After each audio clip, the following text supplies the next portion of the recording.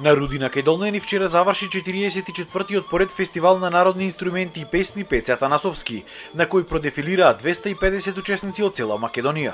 Но за жал, иако ова е единствена од ваков вид манифестација, која што го негува и зачува изворниот Мелос како културно и фолклорно богатство, годинава тој доби помалку пари од државата. Од ланските 500.000 денари, Министерството за култура сега им доделило само 370.000 денари. Колку ја поддржуваме традицијата, колку што се сакаме себе си. Ќе ви кажам еден момент на времето кога немаше ич средства. Неколку пати си имаше случајно и му велев на татко ми, нека нема фестивал. Нема пари, нема фестивал. Велеше додека сум жив ќе има фестивал. Ќе го правам со своји средства. Луѓето не едат ни за пари, ни за леп, ни за дневници, ни за ништо. Доаѓа да ни ја покажат нашата култура и да негуваат. И ако ние не ја поддржиме со еден аплауз, со еден топол пречек, а толку бараме, не многу. Со текот на времето и со приликите кои се насекаде и кај нас и околу нас. За жал, секоја година се повеќе и повеќе треба да се докажуваме.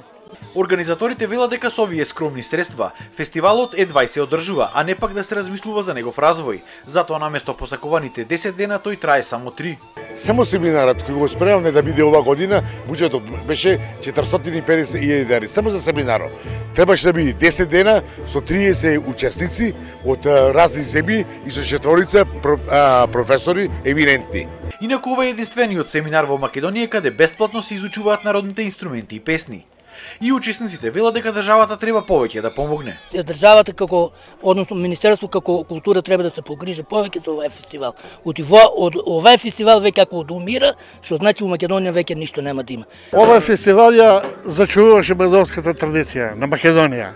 Од сега натам не знам кој ќе ја зачува таа северна традиција.